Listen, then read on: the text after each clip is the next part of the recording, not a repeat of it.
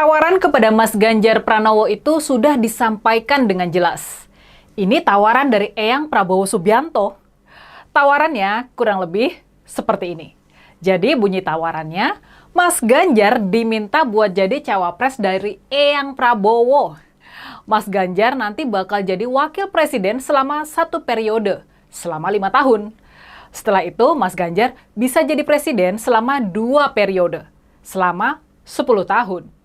Jadi, secara total, Mas Ganjar bisa ada di puncak kekuasaan selama 15 tahun, sampai dengan tahun 2039. Sementara itu, Eyang Prabowo cukup tahu diri soal umurnya yang sudah tua, sudah 72 tahun, dan fisiknya yang juga sudah renta. Dia cuma minta berkuasa selama 5 tahun saja, tapi sebagai presiden. Nah, gimana nih menurut kalian? Apakah ini tawaran yang cukup masuk akal? Andai soal capres-cawapres cuma urusan para elit politik saja, cuma urusan kepentingan para elit politik saja, deal-deal seperti barusan bakal mudah dilakukan. Tapi, jangan pernah lupa, soal pemilihan presiden dan wakil presiden ini menyangkut masa depan bangsa Indonesia, menyangkut masa depan kita, masa depan anak-anak kita dan cucu-cucu kita juga. Terpilihnya Pak Jokowi di tahun 2014 dan kemudian pembangunan pesat yang kita rasakan sampai dengan sekarang ini, semua itu jadi bukti nyata kalau peran seorang pemimpin negara, peran seorang presiden ini sangat-sangat menentukan. Kerja seorang presiden berpengaruh pada kehidupan jutaan rakyat Indonesia. Makanya kalau kita melihat dari kacamata kepentingan rakyat, tawaran seperti diajukan di awal tadi, sungguh nggak masuk akal. Masa depan bangsa Indonesia sungguh nggak boleh jadi main-mainan. Jadi urut-urutan kacang menjadi presiden seperti yang sudah ditawarkan tadi. Apalagi bangsa Indonesia sekarang ini berada dalam momen-momen yang menentukan. Pilihan rakyat di pemilihan presiden 2024 bakalan benar-benar menentukan masa depan Indonesia dan rakyat Indonesia. Jika memilih pemimpin yang cakap, Indonesia bakal maju dan rakyat bakal sejahtera.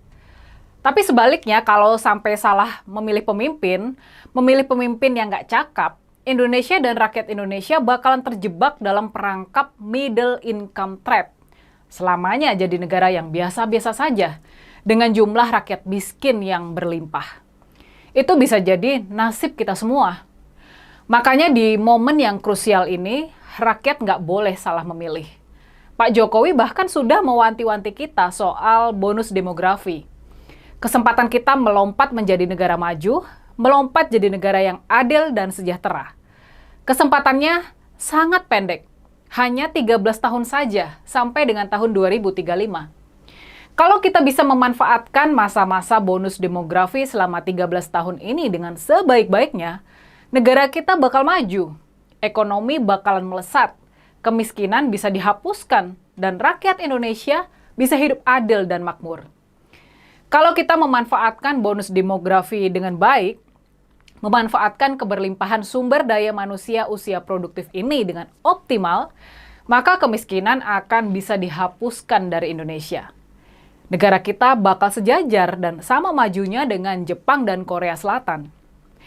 Itulah kondisi yang bisa dan mungkin kita capai di tahun 2035, di akhir masa bonus demografi. Rakyat Indonesia butuh seorang pemimpin yang cekatan, yang mampu kerja keras siang dan malam buat memastikan ekonomi kita benar-benar melompat.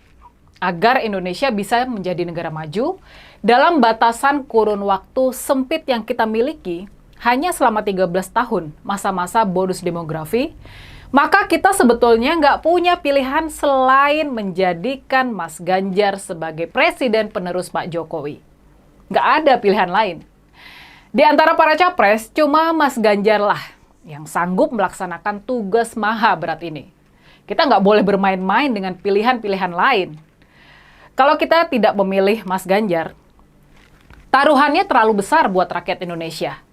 Taruhannya kita bakal gagal jadi negara maju, dan kemiskinan bakalan terus menjerat erat rakyat Indonesia. Apa kita mau kondisinya bakal seperti itu? Apakah kita mau mempertaruhkan masa depan rakyat Indonesia, masa depan anak cucu kita, hanya demi ambisi seorang Eyang Prabowo yang masih kebelet buat menjadi presiden. Apakah kita mau kayak gitu? Demi masa depan Indonesia yang gemilang, sebaiknya memang Eyang Prabowo ini yang bersikap patriotis dan mengalah. Sebaiknya Eyang Prabowo yang legowo gitu loh. Dia cukup menjadi wakil presiden buat Mas Ganjar selama 5 tahun ke depan. Setelah itu Eyang Prabowo bisa pensiun dan hidup tenang. Dengan prestasi yang menyamai seorang Bung Hatta, sama-sama pernah menjadi wakil presiden. Kalau Eyang Prabowo berani legowo, rakyat Indonesia bisa jadi bangsa pemenang. Oke, kembali lagi di channel MD 2045. Salam inspirasi, salam NKRI, harga mati.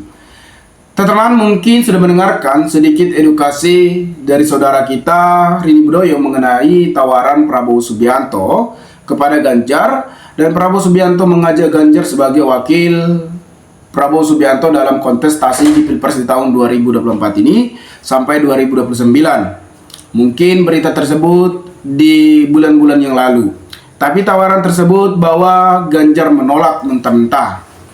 Nah, menurut saya tawaran tersebut adalah menunjukkan bahwa Prabowo Subianto sangat egois. Bisa dikatakan Prabowo Subianto ini hanya mementingkan pribadinya sendiri, bukan mementingkan rakyat lagi, dan bukan mementingkan negara lagi. Kalau kita lihat juga tingkah laku Prabowo Subianto ini tampak sekali memang bukan sosok pemimpin yang emosional dan sangat temperamental. Tentunya sikap pemimpin harus menjaga tingkah laku, dan prinsip-prinsip yang harus dipegang adalah sikap dan moral dan tindakan.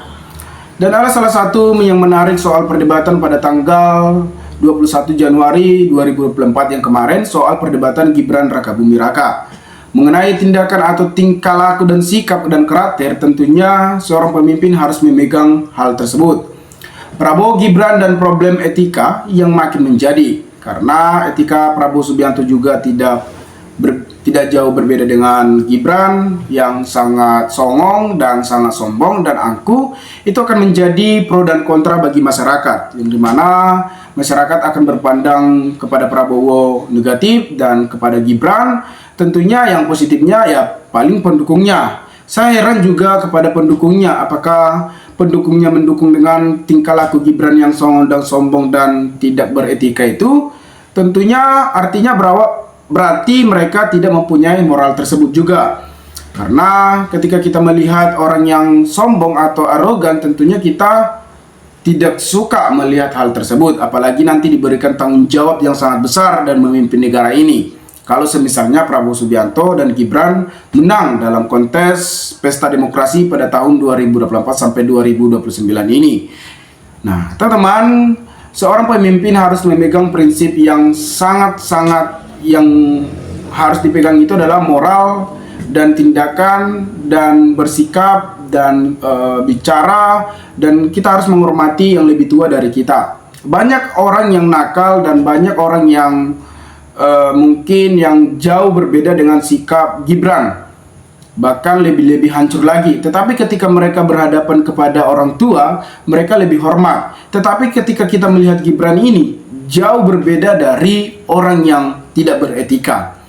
Apalagi Gibran ini berusaha ingin menjatuhkan Prof. Mahfud dan menjatuhkan Cak Imin, ya tentunya sikap Gibran ini menunjukkan sikap moralnya tidak ada lagi. Etika adalah nilai moral yang mengatur perilaku manusia dalam kehidupan masyarakat. Etika juga berkaitan dengan moral, yaitu prinsip-prinsip yang menjadi dasar tindakan manusia yang baik dan benar. Etika dan moral sangat penting bagi setiap individu, apalagi bagi calon pemimpin sebuah negara. Nah, kalau kita lihat juga, memimpin dirinya sendiri saja tidak bisa, apalagi dikasih tanggung jawab yang sangat besar ini, memimpin negara ini. Ya, mau dibawa kemana negara ini nanti? Apakah ingin menjadi negara mundur lagi, bukan negara maju lagi?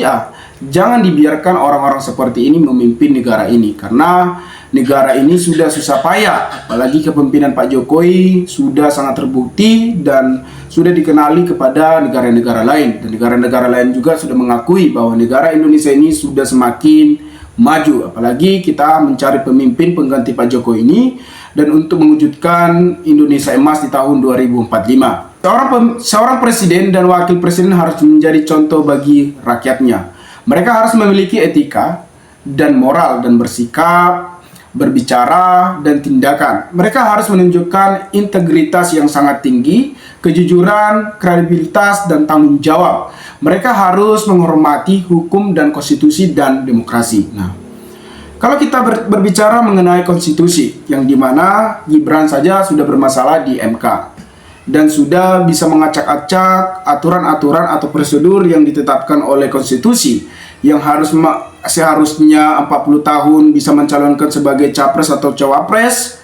Sekarang Gibran bisa mengatur. Apakah ini bisa ditegakkan lagi? Tentunya banyak mahasiswa menolak politik dinasti dan Pak Jokowi juga tidak bertindak dengan hal itu, bahkan berperan di bagian konstitusi tersebut. Apalagi Anwar Usman sebagai ketua MK kemarin yang sudah dipecat gara-gara ada permainan.